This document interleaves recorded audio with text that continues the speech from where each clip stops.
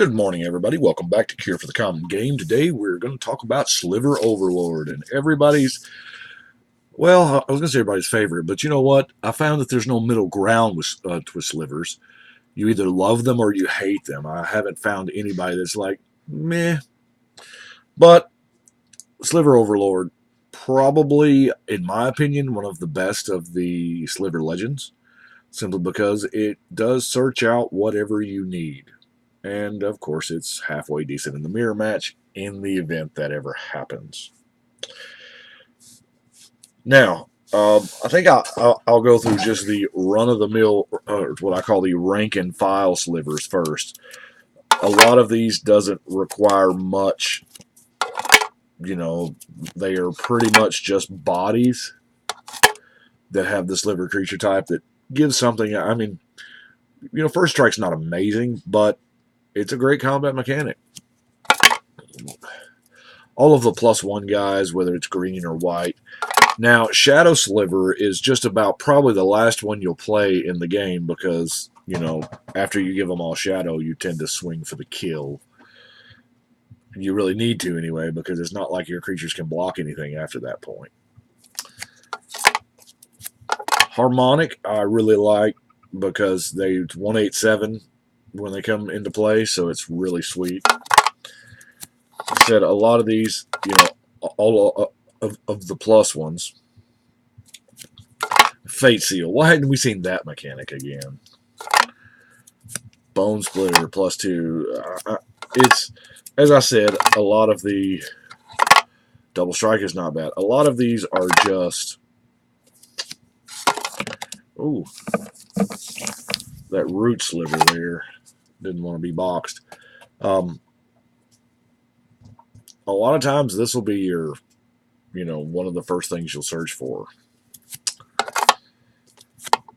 I was floored at the 1 mana give them all flying. I thought that we wouldn't see that ever again. Crystalline may be one of the best ones out there. I don't have any self-targeting auras or stuff like that in this particular build. This is just, the Crystalline Silver was so strong back in original Tempest block. It was, God, it was beautiful. Still is.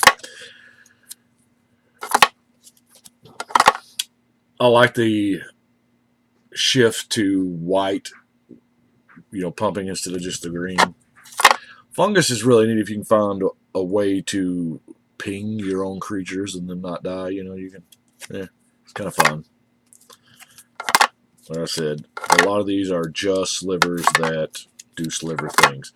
Haste is good. Now, Homing Sliver is one of my favorites. It's one of my go-tos in the other sliver decks where I don't have the Overlord as a general because sliver cycling is tantamount to, 50 cards in your deck are tutors. So it's really sweet. Virulent Sliver. Poisonous is, I see why Poisonous didn't work because it was just so awesome. It was too good. The Megantic. Now, I guess I have to address the issue of when they brought the slivers back in the M series, and they had the Predator. Instead of looking like slivers like these guys, they look like something off of the Predator. But they're strictly better because they say you control. I kind of like that. Johnny Quick. Now, the Necrotic Sliver, every creature you have on the board, it has Sacrifice to Vindicate, so that's beautiful. Mana Weft. Now, those are my slivers. Obviously, I'm playing with the Distant Melody from the full sliver deck. They used to do a series of all foil decks. They only made 3 of them. The first one was slivers. And it was essentially an EDH starter kit because you got the Overlord and a bunch of slivers and a lot of 1-ofs and maybe some 2-ofs. But anyway, it was good. But they didn't do it because they picked crappy themes. Collective Unconsciousness. Now, one thing that I do, as I said earlier, for my 5-color decks is I'm going to run a Maze's End every time just to smooth out the mana and to get me the colors I need. If it gets there, it gets there, but I'm not. That's not why I put it in there. Every now and then it'll happen. Restock is, of course, our double regrowth. Brass Herald and Cover of Darkness. Now, getting all Sliver's Fear is, pretty powerful. Black and artifact creatures will be the only thing. Now, Slate of Ancestry, for when you just absolutely get out of cards, or out of useful cards anyway. You just draw equal to your dudes.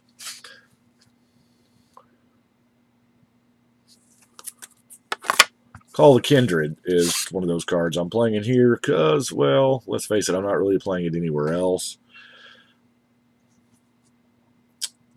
You do get to, sift a little bit. And, of course, I have the Bidding.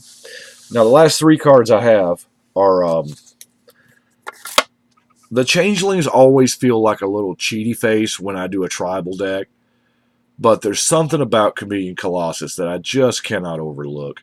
Mirror Entity's awesome. I use it a lot too. But Chameleon Colossus is just... if you can produce mana like, a ton of the Slivers can... especially if you got one of them, they all can. So that's why I really, really love the Chameleon Colossus. Also have the other 5-color legend there, making them indestructible. It's pretty good. Love me some indestructible Slivers. And I think the Sliver Overlord is the Sliver deck that I have already done. And I've already done a deck with the Sliver Queen as the general. That was not Slivers. That was a Weatherlight Saga storyline deck. But to have Sliver Queen in here, that 2-mana ability is just nuts. 2-mana colon. It's wow. But that is what I have for Slivers this go round. I believe there's one more Sliver deck yet to do. I don't know. I don't know if I have it built. I can't see it there. Anyway, I do appreciate you watching. Y'all let me know what you think. But right now, we're going to shuffle and cut.